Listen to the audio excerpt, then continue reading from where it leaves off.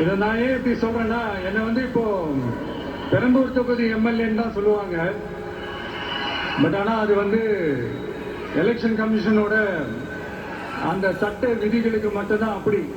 ஆனா என்ன பொறுத்த வரைக்கும், தமிழ்நாட்டை பொறுத்த வரைக்கும், தமிழ்நாட்டுக்கு எப்படி திருச்சி ஒரு இதயம் மாறியோ, அந்த மாதிரி என்னோட இதயத்துக்கு திருச்சி கிழக்கு தொகுதி மக்களும் ரொம்ப ரொம்ப ரொம்ப க்ளோஸ் தான். அதுல எந்த மாற்றமும் கிடையாது. சரிங்களா?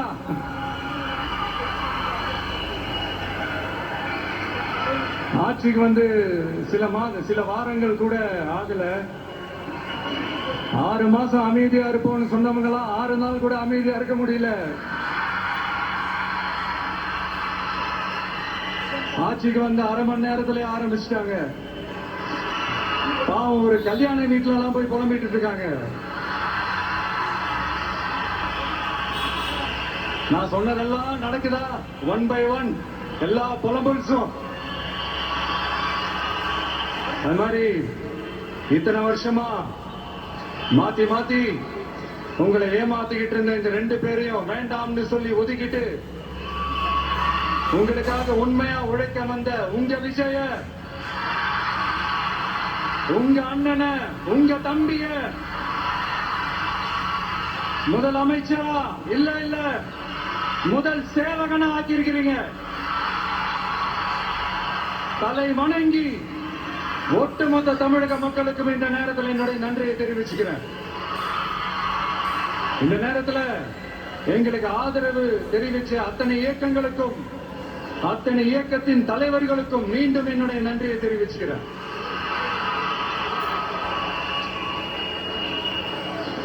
புரட்சி தலைவர் எம்ஜிஆர் அவர்களுடைய முதல் தேர்தலில் கூட இந்த அளவுக்கு ஒரு ஓட் பர்சன்டேஜ் வாங்கல அப்படின்ட்டு நிறைய பேர் சொன்னாங்க. ஆனா நீங்க டிவி கேட்க அவ்வளவு நீங்க ஆதரிச்சிருக்கிறீங்க. நான் எம்ஜிஆர் அவர்களோட எல்லாம் நான் கம்பேர் பண்ணல. எம்ஜிஆர் தான். ஆனா நாம பெரியார், அண்ணா, எம்ஜிஆர் அவர்கள் வழியில ஒரு அன்பா உழைக்க வந்த உங்க விஜய், அவ்வளவுதான். 1977 நீங்க போடாத ஓட்ட 2026 நீங்க போட்டிருக்கிறீங்க. என்ன ஒண்ணு, இன்னும் கொஞ்சம் அதிகமா ஆதரிச்சிருந்தீங்கன்னா கொஞ்சம் நல்லா வந்திருக்கும். பட் பரவாயில்ல, ஃபியூச்சர்ல வரப்போற எல்லா தேர்தலையும் உங்களுடைய முழு சப்போர்ட் என்னால வாங்க முடியும்ன்ற அந்த ஒரு நம்பிக்கை இப்போ என் மனசுல ரொம்ப ஆழமா பதிஞ்சிருக்கு. ஏன்னா நீங்க அமைச்சு கொடுத்திருக்கிற இந்த ஆட்சியில எல்லா நன்மைகளையும் நீங்க கண்கூட பார்க்கதான் போறீங்க அப்படின்ற அந்த கான்பிடன்ஸும் இப்ப என் மனசுல ரொம்ப ஆழமா பதிஞ்சிருக்கு. யார் எந்த நிலைமைக்கு எந்த பொசிஷன்ல போனாலும் இந்த கிண்டலும் கேலியமா பேசுறது இருக்கத்தானே செய்யும். நம்மளை பத்தி, நம்ம அரசியலை பத்தி, நம்ம பேச்சை பத்தி இந்த கிண்டலும் கேலியமா பேசிட்டு தானே இருப்பாங்க. அவங்க எல்லாருக்குமே என் சைட்ல இருந்து ஒரே ஒரு ரிக்வெஸ்ட், தயவு செஞ்சு நிப்பாட்டிடாதீங்க. தயவு செஞ்சு கண்டினியூ பண்ணுங்க. நீங்க தான் என்னோட எனர்ஜி ஃபோர்ஸ். நீங்க பேசிக்கிட்டே இருங்க. நான் மக்களுக்கு தேவையான நல்லதை செஞ்சுக்கிட்டே இருப்பேன். அடுத்து இப்ப நம்ம புதுசா அந்த சூட் எல்லாம் போட்டு வரோம்ல, அதை பத்தி கூட நிறைய பேரு, ஏன் நாமெல்லாம் கோட் சூட் எல்லாம் போடக்கூடாதா? அதிகாரம் செய்யறவங்களும் ஆதிக்க சக்திகளும் மட்டும்தான் கோட் சூட் எல்லாம் போட்டுமா? அப்பெல்லாம் எதுவுமே கிடையாது. நான் என்ன கலரவா போட்டு வரேன், 2 கலர். நம்ம எல்லாரும் மனசு மாதிரியே பிளாக் அண்ட் ஒயிட். எல்லாத்திலும் பிளாக் அண்ட் ஒயிட்டா இந்த விஜய் இருப்பான் அப்படின்னு காட்டுறதுக்கு தான் அந்த கலர். அடுத்து அந்த பிளாக் கூட யாரை குறிக்கும், எதை குறிக்கும்ன்றது நான் சொல்லிதான் தெரியணும்னு அவசியம் இல்லை. உங்களுக்கே நல்லா தெரியும்.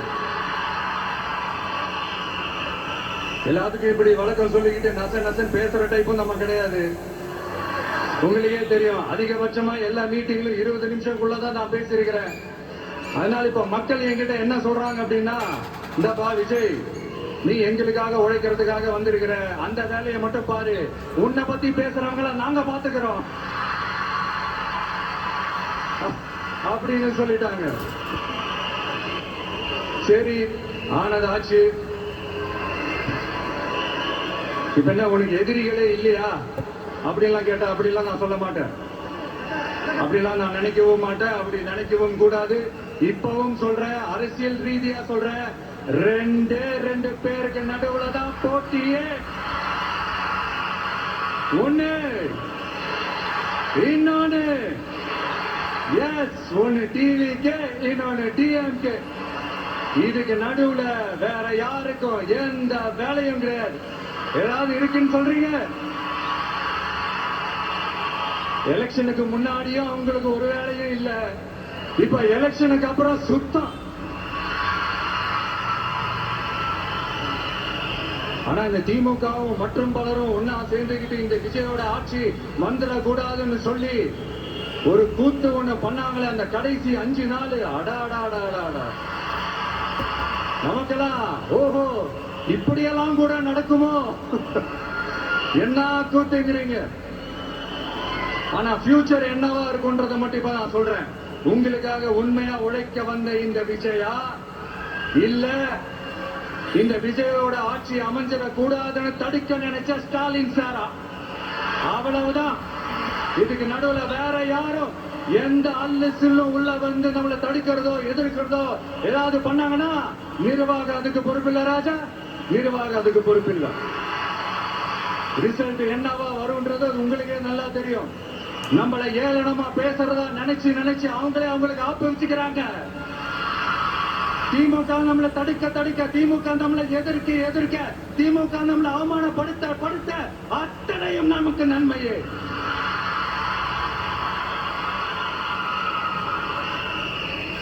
ஒண்ணு கவனிச்சீங்களா மக்களே, நம்ம ஆட்சிக்கு வந்ததுக்கு அப்புறம் ஒரு விஷயம் ஒண்ணு நடந்துகிட்டு இருக்கு. இது இந்த ஜென்சி தலைமுறையை அட்ராக்ட் பண்றதுக்காக இங்கிலீஷ் தமிழ் கலந்த அறிக்கை, அது சொல்ல வந்து நினைச்சீங்களா? அந்த காமெடி எல்லாம் கிடையாது. அடுத்து இந்த ரியாலிட்டியை மறந்துட்டு இந்த ரீல்ஸ் போடுறது, அது சொல்ல வந்தீங்களா? அந்த காமெடியும் கிடையாது. இது சீரியஸா ஒரு விஷயம் நடந்துகிட்டு இருக்கு. முன்னெல்லாம் சட்டசபையில யாரு பேசினா நமக்கு என்ன, யார் அடிச்சுக்கிட்டா நமக்கு என்ன இருந்த கூட்டம்லாம், இப்ப சட்டசபையில என்ன நடக்குது, என்ன பேசிக்கிறாங்கன்றது ரொம்ப உன்னிப்பா கவனிக்கிறாங்க. கவனிச்சீங்களா?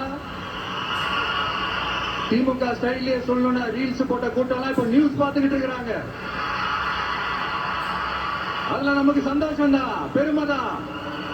நம்மளுடைய யங்ஸ்டர்ஸ், நம்ம பெண்கள் எல்லாம் அந்த அரசியல் என்னன்னு தெரிஞ்சுக்கணும், அந்த அரசியல் என்னன்னு புரிஞ்சுக்கணும்னு அப்படி ஒரு விழிப்புணர்வு ஏற்பட்டிருக்கு. அதுல எங்களுக்கு சந்தோஷம் தான். இதெல்லாம் யாரால நடந்திருக்கின்றது நான் சொல்லிதான் உங்களுக்கு தெரியணும்னு அவசியம் இல்ல, அது உங்களுக்கு நல்லா தெரியும். இப்படிப்பட்ட நம்ம தெய்வங்களை, இப்படிப்பட்ட நம்ம மக்களை தற்குறின்றது இன்னமும் சொல்லிட்டு இருக்கிறாங்க. நான் காஞ்சிபுரத்துல சொன்னதான் இங்க நான் திரும்ப ரிப்பீட் பண்றேன்.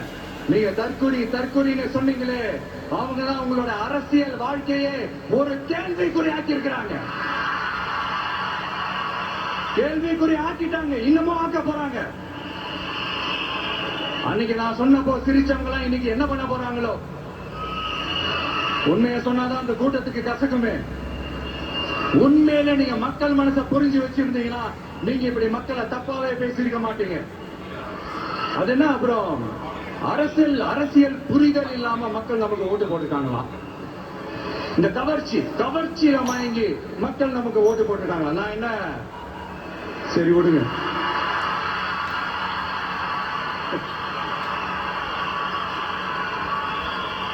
மக்கள் அவங்களுக்கு ஓட்டு போட்டா அந்த மக்கள் நல்லவங்களா? அதே மக்கள் நமக்கு ஓட்டு போட்டா அந்த மக்கள் கெட்டவங்களா? தற்குறியா? இதே மக்கள் தான் இத்தனை வருஷமா உங்களுக்கு ஓட்டு போட்டுட்டு இருந்தாங்க. உங்களுக்கு மட்டும் என்ன, வேற ஏதாவது பிளானட்ல இருந்து குதிச்சு ஓட்டு போட்டு போனாங்களா? தற்குறியாமா? தற்குறி நல்லா வருது, வேணாலும் பாக்குறேன். எங்க அண்ணன் விஜயகாந்த் அண்ணன் சொல்ற மாதிரி, அண்ணா அவர்கள் ஆரம்பிச்ச கட்சிய ஒரு அடிமை கூடாரம் ஆக்குனது யாருங்க சார்? இப்படி எல்லாம் ஆக்கிட்டு உண்மையை சொல்லு உடன்பிறப்பேவா? உங்களோட அந்த உண்மையான உடன்பிறப்புக்கெல்லாம் என்ன சொல்றாங்க தெரியுமா சார்? திமுக இப்படி ஆனதுக்கு காரணம், அந்த காரணத்தை வெளியில தான் போய் தேடாதீங்க, உங்க குடும்பத்துக்குள்ளேயே கேளுங்கிறாங்க. உங்களுக்காக மாட உழைச்சி தேய்ச்சி போய் கிடக்கிறோம். திமுக இப்படி ஆனதுக்கு காரணம் உழைக்காம சொகுசா இருக்கிற உங்க குடும்பத்துக்குள்ளேயே போய் கேளுங்கிறாங்க. ஒவ்வொரு திமுக தொண்டனும் அதை சொல்றாங்க. அதை புரிஞ்சுக்காம நம்மளையும் நம்ம மக்களையும் தப்பா பேசிக்கிட்டு நீங்க மக்களை தப்பா பேசுனீங்கன்னா இந்த விஜய் வந்து கேள்வி கேட்பான், சும்மா இருக்க மாட்டான். இந்த விஜயும் தமிழ்நாட்டு மக்களும் வேறு வேறு இல்லை. இந்த விஜய் தான் தமிழ்நாட்டு மக்களோட ஒரு உண்மையான ஒரே பிரதிநிதி. இது இன்னைக்கும் சரி, நாளைக்கும் சரி, நாளைக்கும் சரி, இதுதான் நிஜம். மறுபடியும் சொல்றேன், நமக்கும் மக்களுக்கும் இடையே இருக்கிற இந்த பூர்வ ஜென்ம பந்தத்தை, அந்த உறவை ஏதோ இந்த சதிகள் சூழ்ச்சிகள் பண்ணி யாராலையும் எதுவும் கெடுக்கவே முடியாது. கெடுக்க ட்ரை பண்ணீங்க. நம்ம ஆட்சிக்கெல்லாம் வரதுக்கு முன்னாடி என்ன சதிகள், என்ன சூழ்ச்சிகள், இதெல்லாம் பண்ணி எப்படி எப்படியெல்லாம் தடுத்துடலான்னு. ஆனா இப்ப ஆட்சிக்கு வந்த இந்த சாமானிய மக்கள் ஆட்சிய நீங்க இந்த எதிர்கட்சியா இருக்கும் போது ஒண்ணு யூஸ் பண்ணுவீங்கல்ல, இந்த பழைய டெக்னிக், அதெல்லாம் யூஸ் பண்ணி நம்மளையும் மக்களையும் பிரிச்சலாம்னு நினைச்சீங்கன்னா அது ஒரு காலம் நடக்காது. மக்கள்லாம் ரொம்ப தெளிவாயிட்டாங்க சார், ரொம்ப தெளிவாயிட்டாங்க. அதனால ஒரு ஆக்கப்பூர்வமான ஒரு எதிர்கட்சியா செயல்பட்டு மக்கள் மனசை வெல்ல பாருங்க. இந்த கடைசி லாஸ்ட் 1 மந்தா நடந்த ஒரு சில விஷயங்கள் உங்ககிட்ட நான் ஷேர் பண்ணணும்னு ஆசைப்படுறேன். இந்த 200 யூனிட் மின்சாரம், கட்டணமில்லா மின்சாரம் அறிவிச்சோம். அதுல ஆல்ரெடி இருந்த 100 யூனிட் திமுக கொடுத்தது கிடையாது. மேடம் ஜெயலலிதா மேடம் இருந்தப்போ செஞ்சுட்டு போனது. ஸ்டாலின் சார் பதவி போன அந்த கடுப்புல அறிக்கையா விட்டு தள்ளிட்டு இருக்கிறாரு. என்ன பண்ணீங்க உங்களோட ஆட்சியில? மக்கள் பணத்தை, டாஸ்மாக்ல இருந்து அடிச்ச அந்த பணத்தை, ஊழல் செஞ்ச அந்த ஃபைல க்ளோஸ் பண்றதுக்கு அலையா அலைஞ்சிங்க. ஆனா இந்த விஜய் மக்களுக்கு தொந்தரவா இருக்கிற அதே டாஸ்மாக க்ளோஸ் பண்ணா. விவசாயிகளோட அந்த கடனை தள்ளுபடி மேக்சிமம் இந்த 1 மந்த்ல என்ன செய்ய முடியுமோ அதை செஞ்சா. நீங்க தான் அந்த நிதி சம்பந்தமா இருக்கிற எல்லா கேட்டையும் லாக் பண்ணி வச்சுட்டு போயிருக்கிறீங்க. அதை சரி செய்ய வேணாமா? அதை ஒழுங்குபடுத்த வேணாமா? அதனால மறுபடியும் சொல்றேன், இந்த விஜய் பொய் சொல்லி ஏமாத்துறதுக்காக அரசியலுக்கு வரல. உங்க கூடவே நிக்கிறதுக்காக மட்டும்தான் அரசியலுக்கு வந்திருக்கிறேன். அதுல எந்த மாற்று கருத்துமே கிடையாது. கவலையப்படாதீங்க விவசாய பெருமக்களே. அடுத்து இந்த சட்டம் ஒழுங்கு, அது சரியில்லை இது சரியில்லைன்னு சொல்லி திமுகவும் மற்றும் பலரும் மாறி மாறி கூவுறீங்க. நான் ஒண்ணு கேட்கிறேன், இந்த மாடல் அரசுன்னு சொல்றீங்களே, அதுல என்ன செஞ்சு வச்சுட்டு போயிருக்கீங்க? ஒரு ஊரு விடாம, ஒரு தெரு விடாம போதைப் பொருள் கலாச்சாரம் அப்படியே ஸ்ப்ரெட் ஆகி கொட்டி கிடக்குது. அது அப்பவே இனிஷியல் ஸ்டேஜ் அதை நீங்க கண்ட்ரோல் பண்ணிருந்தீங்கன்னா இத்தனை பெண் குழந்தைகளை, இத்தனை பெண்களை இழக்க வேண்டிய ஒரு சூழ்நிலை ஏற்பட்டிருக்குமா? எல்லாத்தையும் பண்ணிட்டு பழி தூக்கி ஏன் மேல போடுறாங்க? நீங்க என்ன பழி நம்ம மேல போட்டாலும் மக்கள் நிம்மதியா வாழக்கூடிய அந்த செயலை கண்டிப்பா இந்த விஜய் செஞ்சுதான் காட்டுவான். அதுக்காக எஃபிஷியன்டான போலீஸ் ஆபீசர்ஸ் நான் அப்பாயிண்ட் பண்ணிருக்கிறேன். எஃபிஷியன்டான அந்த போலீஸ் ஆபீசர்ஸ் டீம் நான் அப்பாயிண்ட் பண்ணிருக்கிறேன். பெண்கள் பாதுகாப்பான இந்த சிங்க பெண் காவல் படை நெக்ஸ்ட் வீக் அதை இனாகரேட் பண்ண போறோம். தப்பு செஞ்சவங்களுக்கான தண்டனை, அதுக்கான சார்ஜ் ஷீட் எல்லாமே ரொம்ப ஃபாஸ்டா, ரொம்ப ஸ்பீடா செய்யறதுக்கான அந்த வேலையை செய்ய சொல்லி இருக்கிறோம்.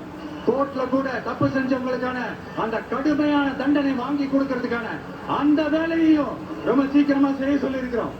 அதனால